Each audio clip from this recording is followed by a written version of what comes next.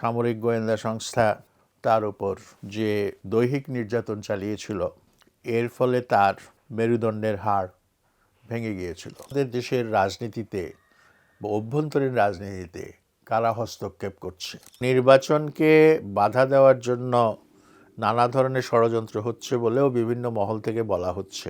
দেশের সমস্যার সমাধান করতে গেলে, আশু সমস্যার সমাধান করতে গেলে নির্বাচন ছাড়া কিন্তু কোনো বিকল্প নাই।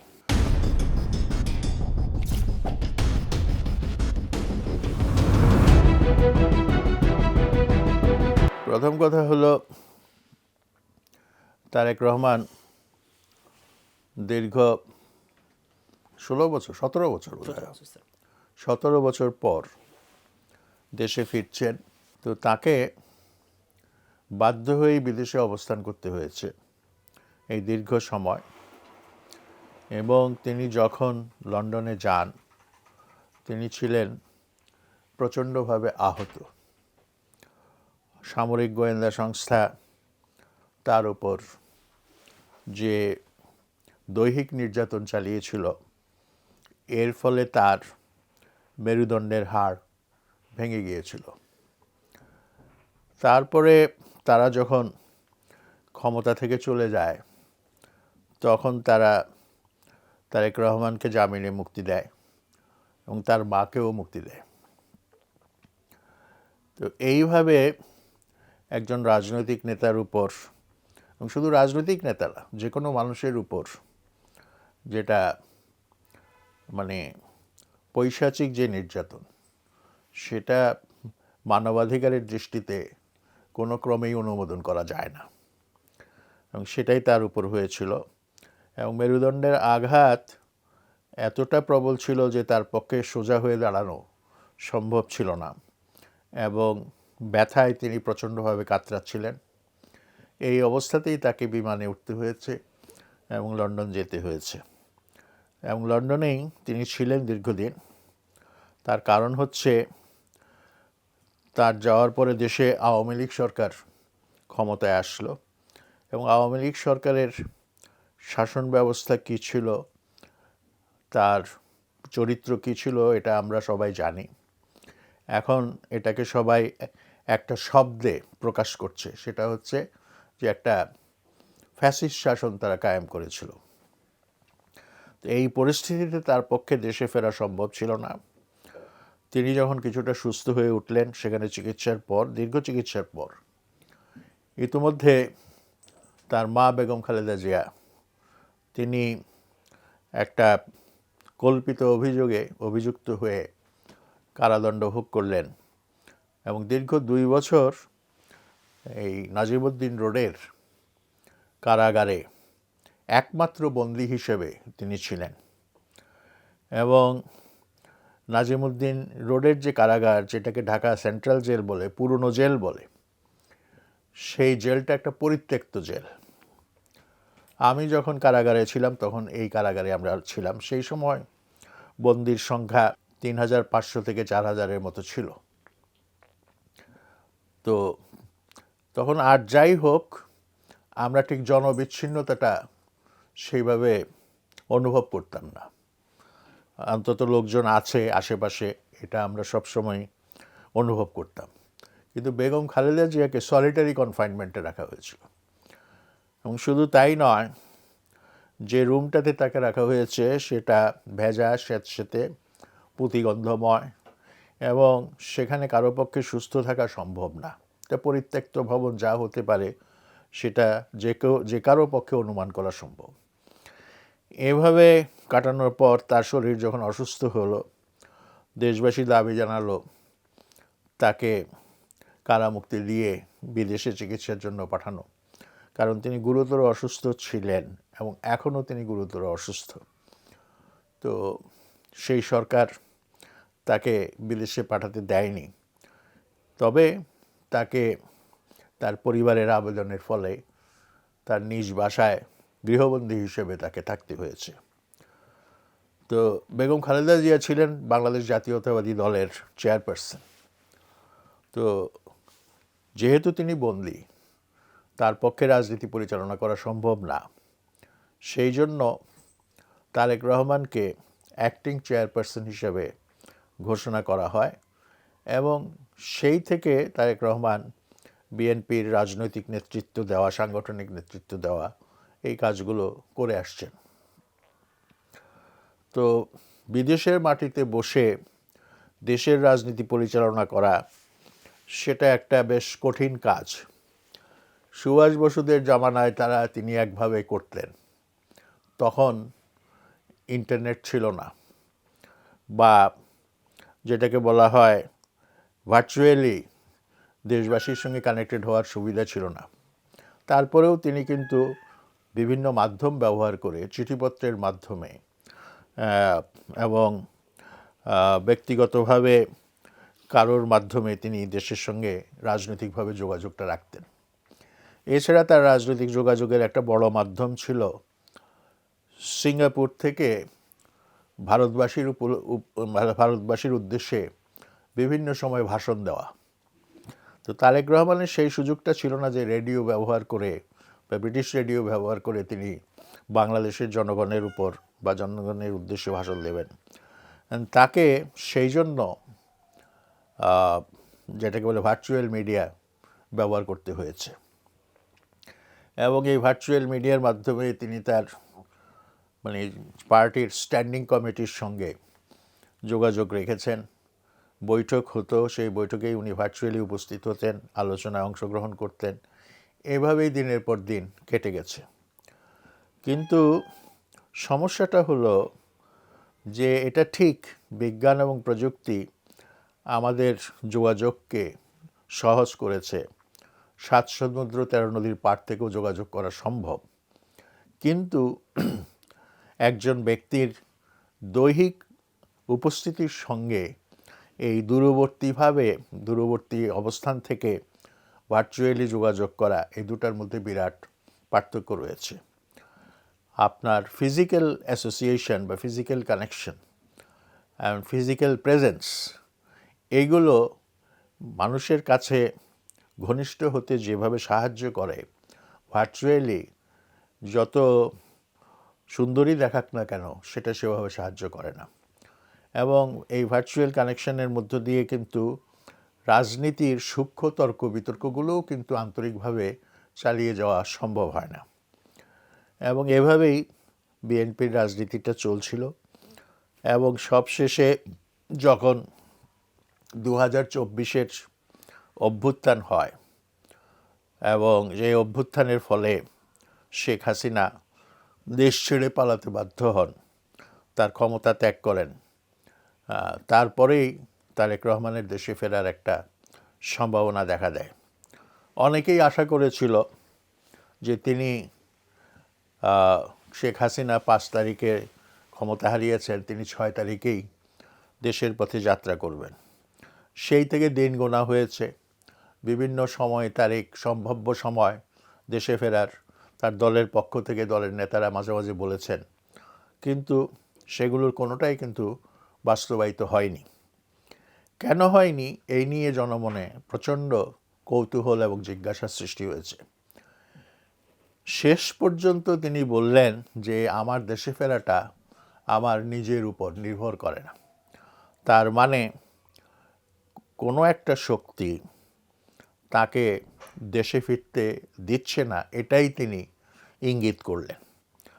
তারপরে জনমনে বহু প্রশ্ন যে কারা তাকে বাধা দিচ্ছে বা কোন শক্তি তাকে দেশে ফিরতে বাধা দিচ্ছে।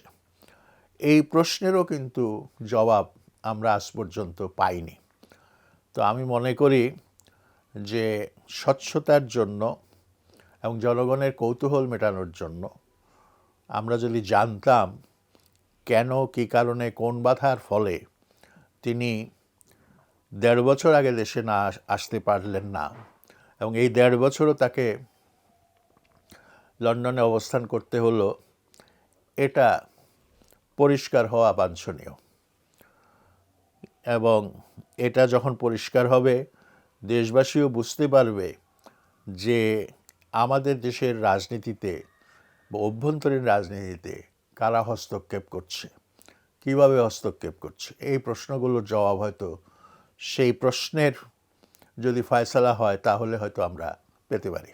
বা বিএনপি নিজেকে একটা জাতীয়তাবাদী দল হিসেবে দাবি করে এবং এই দলের কোর ফিলসফি, মৌলিক দর্শন শহীদ রাষ্ট্রপতি জিয়াউর রহমান দিয়ে গেছেন এবং রাষ্ট্র পরিচালনার যে বাস্তব অভিজ্ঞতা, দৈনন্দিন যে অভিজ্ঞতা, সেই অভিজ্ঞতার মধ্য দিয়ে কিভাবে জাতীয়তাবাদী নীতিকে প্রয়োগ করা যায় সেটাও তিনি দেখিয়ে গেছেন।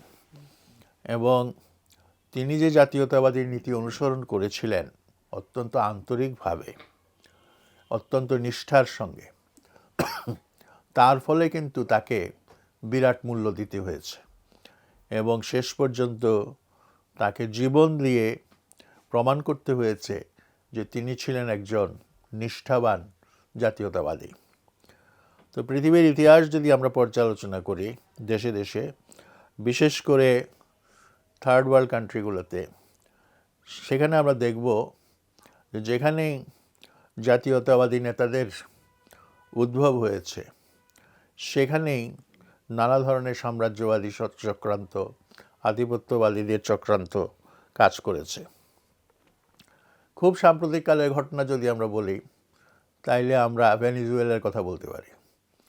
ভেনিজুয়েলায় এখন শাসন ক্ষমতায় রয়েছেন হুগো চাভেজের উত্তরাধিকারী, যিনি মাদুরো বলে পরিচিত। ভেনিজুয়েলার বিশাল তেল সম্পদ, এত তেল সম্পদ পৃথিবীর মধ্যে বোধহয় সবচেয়ে বৃহত্তম অয়েল রিজার্ভ ভেনিজুয়েলার। কিন্তু এই সম্পদ থাকা সত্ত্বেও ভেনিজুয়েলার মানুষ দারিদ্র, বেকারত্ব, তারপরে মূল্যস্ফীতি, এইসব সমস্যায় ভুগছে। তার কারণ হচ্ছে মার্কিন যুক্তরাষ্ট্রের এই স্যাংশন, এবং এই স্যাংশনের ফলে ভেনিজুয়েলার পক্ষে তার নিজস্ব সম্পদ ব্যবহার করে দেশের মানুষের উন্নয়ন করা এবং দেশের মানুষকে জীবনের যে সমস্ত চাহিদাগুলো আছে সেগুলো পূরণ করার জন্য দেওয়া যাচ্ছে না। তো এখন একটা যুদ্ধ পরিস্থিতি বিরাজ করছে এবং যে কোনো সময় মার্কিন যুক্তরাষ্ট্র ভেনিজুয়েলার উপর আক্রমণ চালাতে পারে।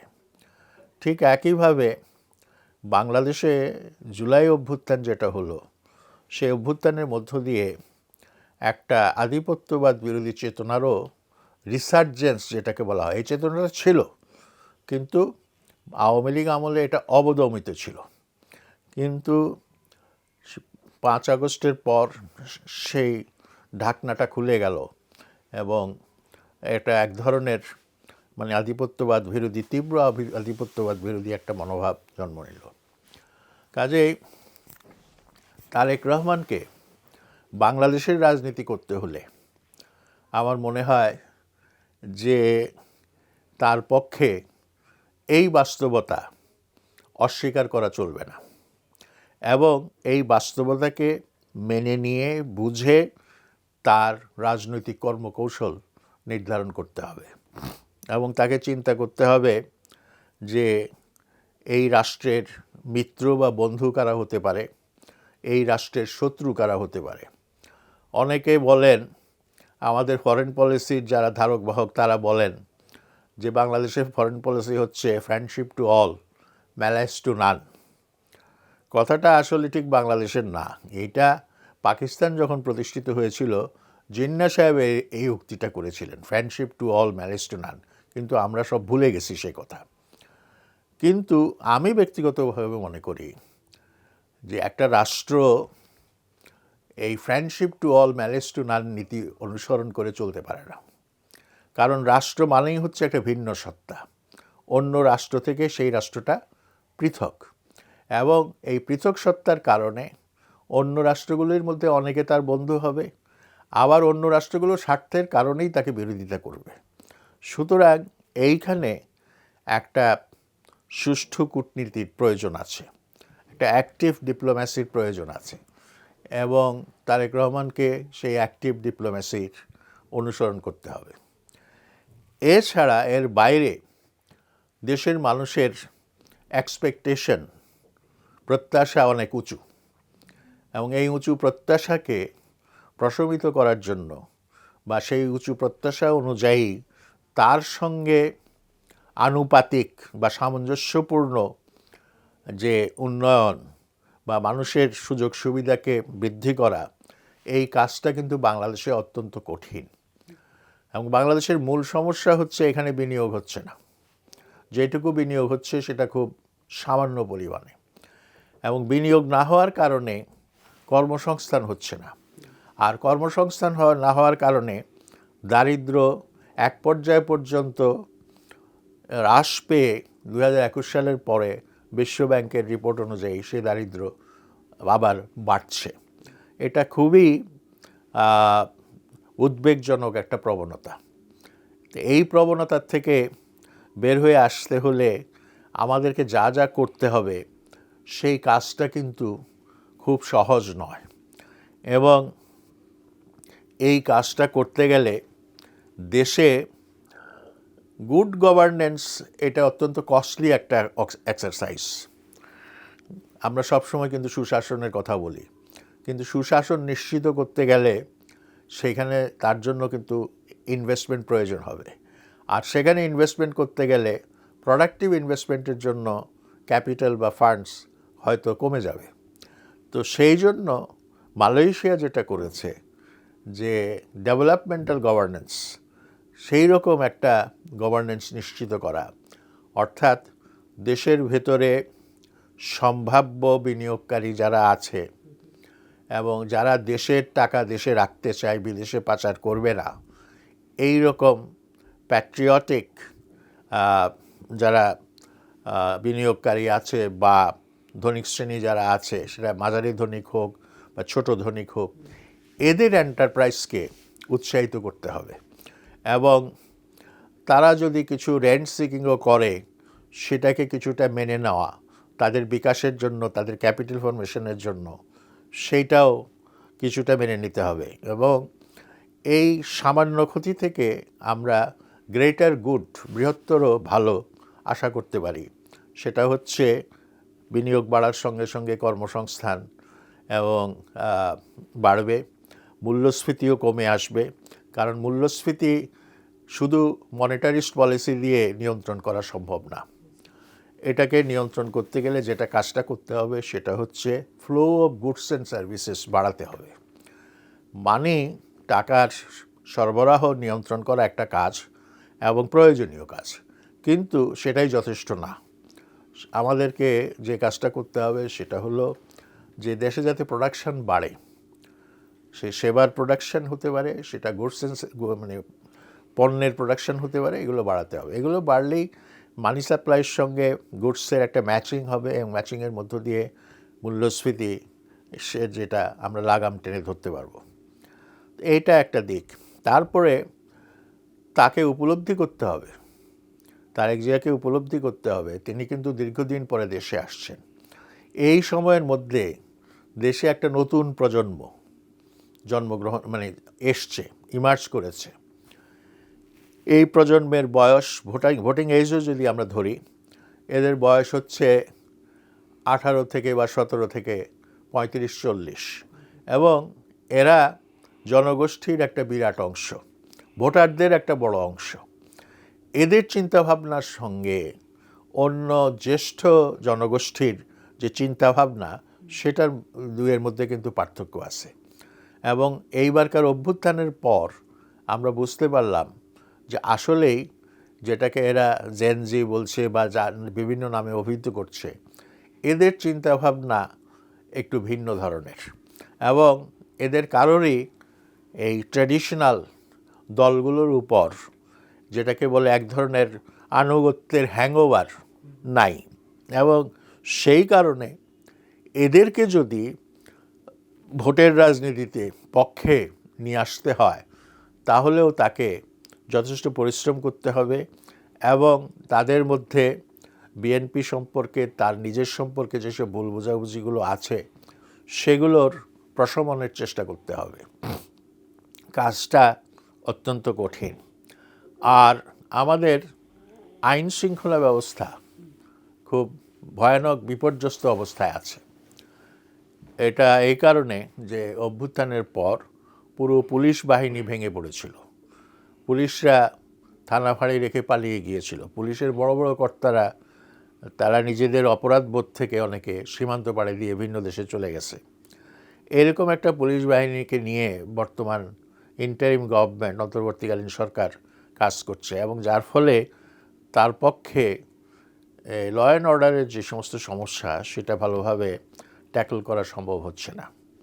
তা আমি নিজে সাজেস্ট করেছিলাম যে সেনাবাহিনীর অবসরপ্রাপ্ত সৈনিক এবং ব্যাটালিয়ন আনসারের মধ্যে যারা আছে তাদেরকে নিয়ে একটা ভিন্ন, মানে এদেরকে পুলিশে ভর্তি করে তাদেরকে পুলিশের আইন সম্পর্কে প্রশিক্ষণ দিয়ে, কারণ এরা অস্ত্র চালনা জানে, কিন্তু যেটা তারা জানে না সেটা হচ্ছে একটা পুলিশ যখন অপরাধ দমনের কাজে যাবে বা অন্য কিছু দায়িত্ব পালন করবে সেখানে কী ধরনের আইন তাকে অনুসরণ করতে হবে।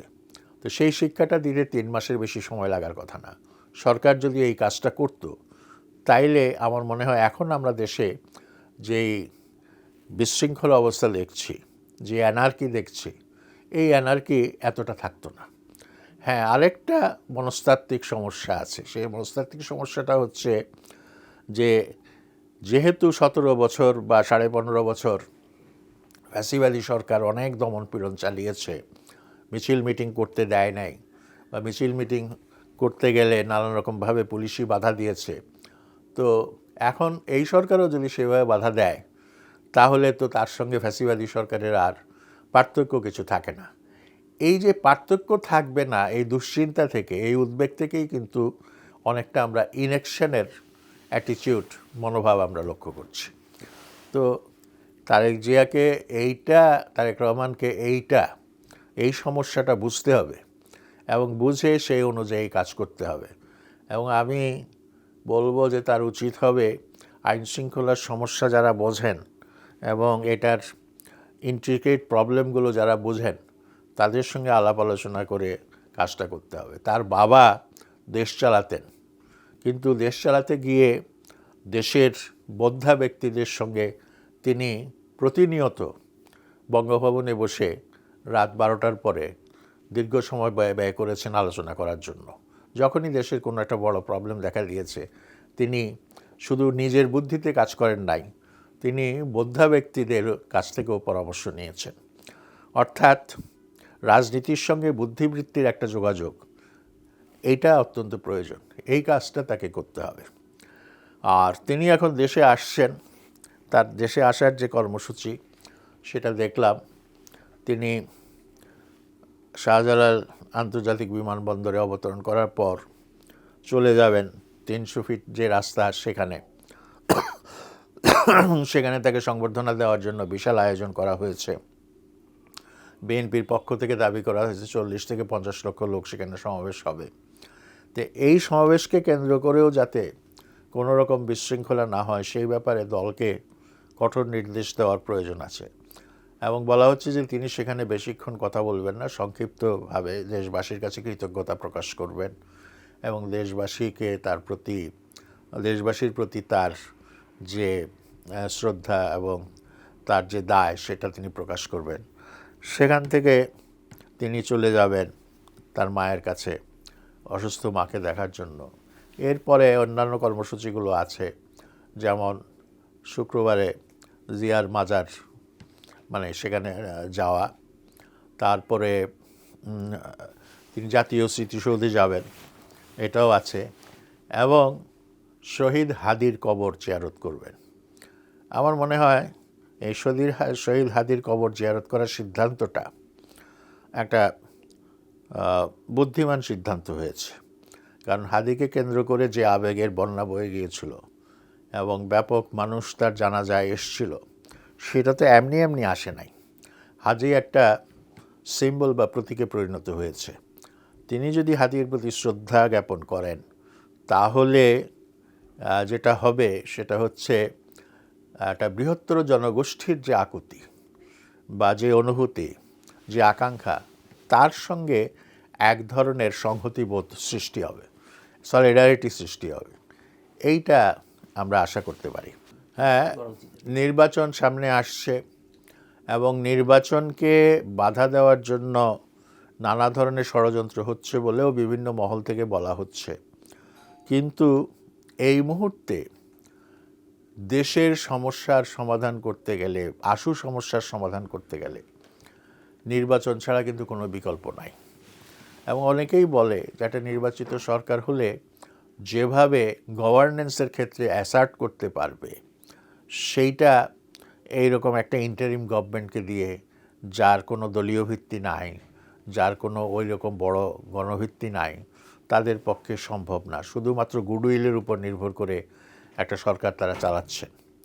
তো এই কাজটা বেশ কঠিন, এবং নির্বাচন যাতে হয় সময় মতো, সে ব্যাপারেও তাকে রাজনৈতিক পদক্ষেপগুলো নিতে হবে।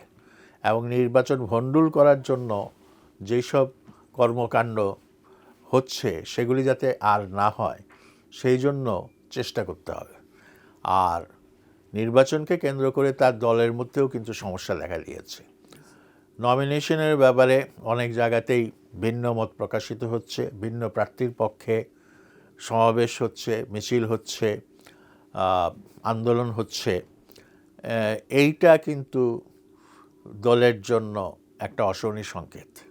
কারণ এরকম বিভাজন থাকলে শেষ পর্যন্ত নিজ দলের অনেক লোকেরাই দেখা গেল যে ভোট দিচ্ছে না। তো এইটা কিভাবে কাটিয়ে ওঠা যায়, সেই জন্য পদক্ষেপ নিতে হবে, এবং যদ্দূর সম্ভব এটা সামলানোর জন্য তাকে যথেষ্ট পরিশ্রম করতে হবে। আর সোশ্যাল মিডিয়াতে কিছু কথাবার্তা বেরিয়েছে। তো এইসব কথাবার্তায় আমরা জানি যে এখনকার যে সোশ্যাল মিডিয়াতে যেসব কথাবার্তা হয়, যা কিছু প্রচার করা হয়, এর অনেকটাই হচ্ছে ফেক নিউজ, ফেক ইনফরমেশন, এবং অনেকটাই হচ্ছে ম্যালিশিয়াস প্রপাগান্ডা। তো তার সম্পর্কেও ম্যালিশিয়াস প্রপাগান্ডা হচ্ছে। এটা যে ম্যালিশিয়াস প্রপাগান্ডা, এইটা তাকে প্রমাণ করতে হবে, এবং তাকে মানে জনগণের কাছে বলতে হবে পরিষ্কার করে যে এই সব প্রচারণার কোনো ভিত্তি নেই। তিনি যদি সেটা পরিষ্কার করতে পারেন, তাইলে সোফার সো গুড, নিশ্চয়ই সেটা তার দলের জন্য বা দেশের জন্য ভালো হবে। না, এইটার সমাধান একটাই, সেটা হচ্ছে আইডিওলজিক্যাল ইউনিটি। তার দুটো জিনিস আছে, একটা হলো অর্গানাইজেশনাল ইউনিটি, আর একটা হচ্ছে আইডিওলজিক্যাল ইউনিটি। এখন খুঁজে দেখতে হবে এই বিভাজন যেটা হচ্ছে, সিনিয়র নেতাদের মধ্যেও যে বিভাজন হচ্ছে বা জুনিয়রদের মধ্যেও যে বিভাজনটা হচ্ছে, সেই বিভাজনের মূলে কি আছে? সেটা কি নিছক ব্যক্তিস্বার্থের কারণে, বা প্রাধান্য বিস্তার করতে না পারার কারণে, বা প্রাধান্য বিস্তার করতে পারার কারণে, নাকি যে মূল রাজনৈতিক চিন্তাভাবনায় পার্থক্য আছে সেটা? এইগুলো আইডেন্টিফাই করতে পারলে পার্টিতে কোহেশন, ইউনিটি নিয়ে আসা অনেক সহজ হবে। না, এগুলো তো শুনেন, এর জন্য যেমন আপনি এখন বললেন যে মগবাজারে বোমা বিস্ফোরণ হয়েছে, তো এই ধরনের দুর্ঘটনা বলেন বা স্যাবোটাজ বলেন বা অন্তর্ঘাত বলেন, এটা কিন্তু আগামী নির্বাচন পর্যন্ত, এমনকি তারপরেও এটা অব্যাহত থাকতে পারে। যতক্ষণ পর্যন্ত শেখ হাসিনা তার দলবল নিয়ে ভারতে অবস্থান করবেন এবং তারা সেখান থেকে বাংলাদেশের সব কিছুকে ভণ্ডুল করার জন্য তাদের সাধ্যমতো যা যা করা যায় সেটা করবেন।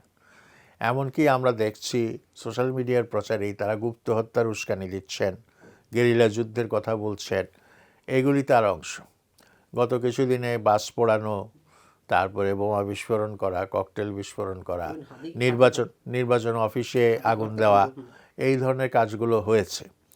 তো এইগুলো তো আমরা বুঝি কী জন্য হচ্ছে, কেন হচ্ছে, এবং এইটা সম্পর্কে একটাই মাত্র সমাধান, সেটা হচ্ছে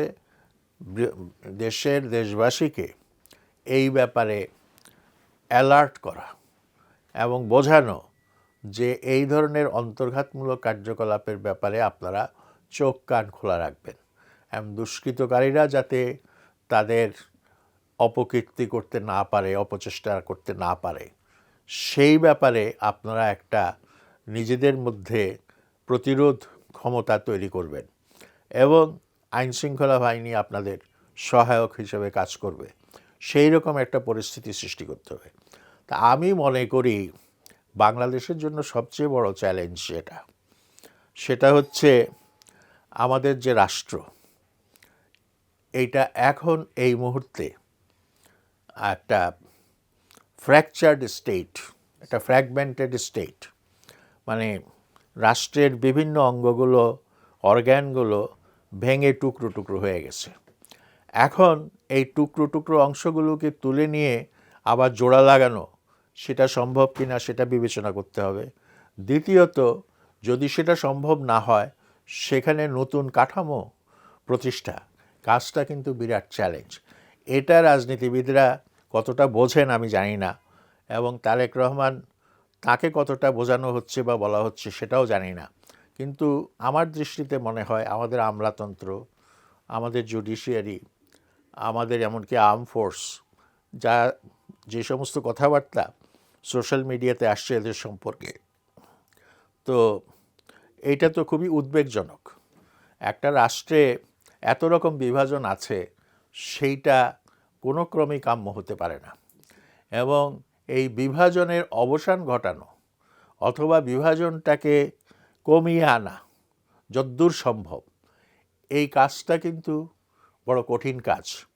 এবং এই জন্য একটা যেটাকে বলে পলিটিক্যাল উইল থাকতে হবে, রাজনৈতিক ইচ্ছা থাকতে হবে, এবং রাজনৈতিক ইচ্ছাকে ভিত্তি করেই কিন্তু এই পরিস্থিতিটার মোকাবেলা করতে হবে। এখনই আমার পক্ষে এই ব্যাপারে মন্তব্য করা খুব কঠিন, কারণ আমি মাঠে ময়দানে দেখতে চাই, বাস্তবে দেখতে চাই, এক।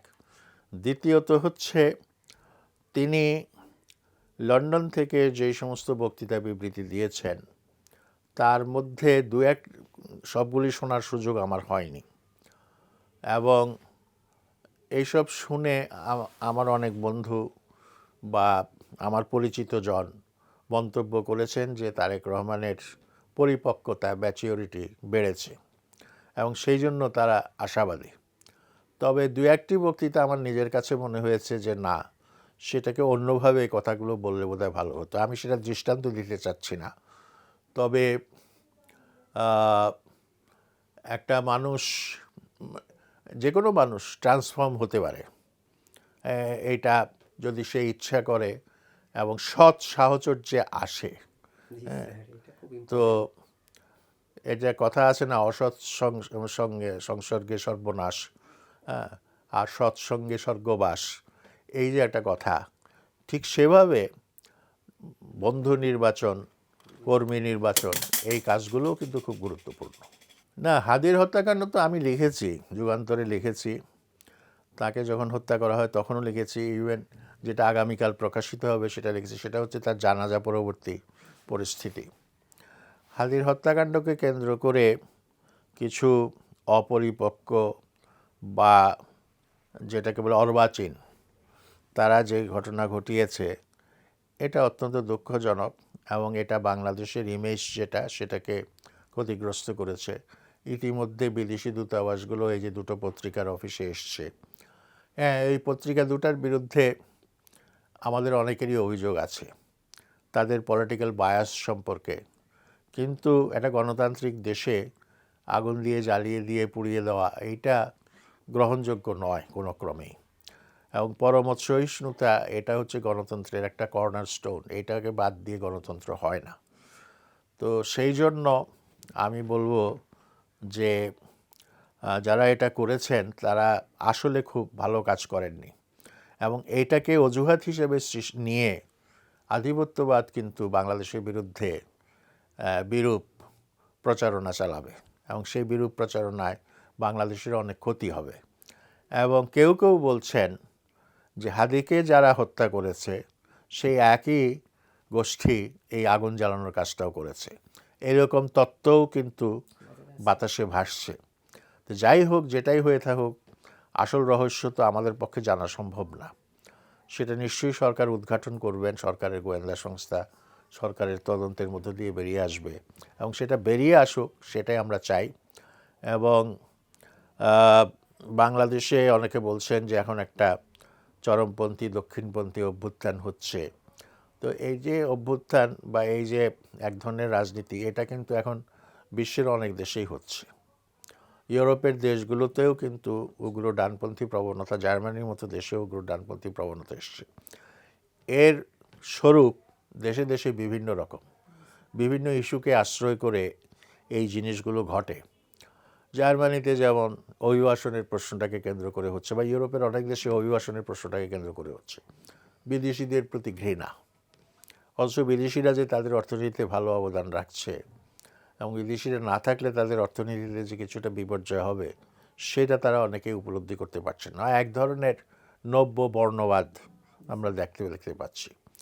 তো বাংলাদেশের মানুষ ধর্মপ্রাণ, এবং বাংলাদেশের মানুষ যেটা বিশ্বাস করে, সবাই ধর্মচর্চার অধিকারে বিশ্বাস করে এবং সব ধর্মের মানুষের ধর্মীয় অধিকারে বিশ্বাস করে। সেখানে আমার মনে হয় বাড়াবাড়ির কোনো সুযোগ নেই, এবং যত মানে দূর পারা যায় যাতে এই ধরনের প্রবণতাগুলো যাতে আরও শক্তি না পায়, সেই জন্য যেটা করা সেটা হচ্ছে মানুষকে সচেতন করা। সেই কাজটা কিন্তু করতে হবে, এবং সেই দায়িত্ব কিন্তু তারেক রহমানকেও পালন করতে হবে। হাতি কোনো দলে যোগদান করেননি, তিনি তার ইনকিলাব মঞ্চ নিয়েছিলেন। 1, 2, আধিপত্যবাদের বিরুদ্ধে তার উচ্চারণ খুব স্পষ্ট ছিল। 3, তিনি আসলে কিন্তু অসহিষ্ণু ছিলেন না। আমি তার বক্তব্য শুনেছি, এই প্রথম আলো নিয়েই তার বক্তব্য। তিনি বলেন যে প্রথম আলোর বিরুদ্ধে এত ক্ষোভ, এত তাদেরকে বলছেন, তোমরা যারা বিক্ষুব্ধ, তোমরা প্রথম আলোর মতো আরও 10টা প্রথম আলো বের করে দেখাও না, তাহলেই তো সমস্যার সমাধান হয়ে যায়। অর্থাৎ তিনি যে গণতন্ত্রের যে মেইন স্পিরিট, প্লুরালিজম, এইটাকে তিনি অগ্রাহ্য করেন নাই, বরং এটাকে উৎসাহিত করেছেন। তৃতীয়ত, তিনি একজন কবি, ভালো চমৎকার কবিতা লেখেন, এবং সেই কবিতা মানুষকে উদ্বুদ্ধ করে, এইরকম ভাষায় তিনি রচনা করেন। সেই কবিতার মর্মবাণীর সঙ্গে আমি একমত হতেও পারি, নাও হতে পারি, সেটা ভিন্ন বিষয়। কিন্তু কাব্যের মধ্য দিয়ে, কবিতার মধ্য দিয়ে তিনি তার অভিমত প্রকাশ করেছেন, আদর্শের প্রকাশ ঘটিয়েছেন, এবং তিনি একজন অনলবর্ষী বক্তা ছিলেন। জুলাই অভ্যুত্থানে তার মতো বক্তা সেভাবে বেরিয়ে আসেনি। প্রত্যেক অভ্যুত্থান কিন্তু একজন ভালো বক্তা, অরেটার উপহার দেয়। তো এইবারকার জুলাই অভ্যুত্থানে তিনি বেরিয়ে আসছিলেন, এবং তার মধ্যে তার সম্পর্কে কোনো দুর্নীতি, চাঁদাবাজি, এইসব অভিযোগ আমরা শুনি নাই। ফলে তার এক ধরনের নীরব সমর্থন, নীরব ভালোবাসা তিনি পেয়েছেন, এবং তাকে মানুষ একটা সিম্বল হিসাবে গ্রহণ করেছে। এবং তার মৃত্যুর পর সেটা বোঝা গেল যে তার জানাজায় কেউ বলে 12 লক্ষ লোক, কেউ বলে 15 লক্ষ লোক, কেউ বলে 10 লক্ষ লোক উপস্থিত হয়েছিল।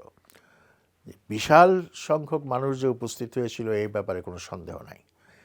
আর এই উপস্থিতির একটা যেটাকে বলে তাৎপর্য আছে, সিগনিফিক্যান্স আছে। সিগনিফিক্যান্সটা হচ্ছে মানুষের ঐক্য, এবং এই ঐক্যটা কিসের জন্য? মূলত আধিপত্যবাদের বিরুদ্ধে এই ঐক্য। আমি তো মনে মনে ভয় পেয়েছিলাম যে যেই চেতনা 5 আগস্ট ছিল বা তার পরবর্তী কিছু সময় ছিল, সেটা বোধহয় মিইয়ে গেছে। কিন্তু হাদির মৃত্যুর পর দেখা গেল না, সেই চেতনা হারিয়ে যায়নি। এবং সামনে যদি আমাদের আধিপত্যবাদী শক্তিকে প্রতিরোধের প্রশ্ন ওঠে, এই হাদির মৃত্যুর মধ্য দিয়ে যে চেতনার বহিঃপ্রকাশ আমরা দেখলাম, সেটাই আমাদেরকে হয়তো কিছুটা রক্ষা করতে পারে।